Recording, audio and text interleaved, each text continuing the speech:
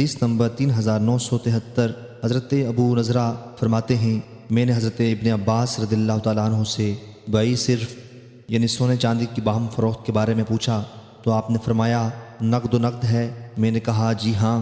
آپ نے فرمایا اس میں کوئی حرج نہیں۔ میں نے حضرت ابو سعید خدری رضی اللہ تعالیٰ عنہ کو یہ بات بتائی اور کہا کہ میں نے حضرت ابن عباس رضی اللہ تعالیٰ عنہ سے بیع صرف کے بارے میں پوچھا تو انہوں نے فرمایا نقد و نقد ہے۔ میں نے عرض کیا جی ہاں، تو انہوں نے فرمایا کوئی حرج نہیں۔ حضرت ابو سعید خدری رضی اللہ تعالیٰ عنہ نے پوچھا کیا واقعی انہوں نے یہ بات فرمائی ہے؟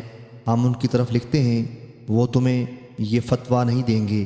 حضرت ابو سعید رضی اللہ تعالیٰ عنہ نے فرمایا اللہ کی قسم کچھ نوجوان رسول اکرم صلی اللہ علیہ وسلم کی خدمت میں کھجوریں لے کر حاضر ہوئے تو رسول اکرم صلی اللہ علیہ وسلم کو وہ کھجوریں دیکھ کر تعجب ہوا اور آپ نے فرمایا یہ کھجوریں ہماری زمین کی نہیں ہیں۔ تو انہوں نے کہا اس سال ہمارے علاقے کی کھجوروں میں کچھ نقص تھا تو میں نے یہ کھجوریں لی اور کچھ زیادہ کھجوریں دیں۔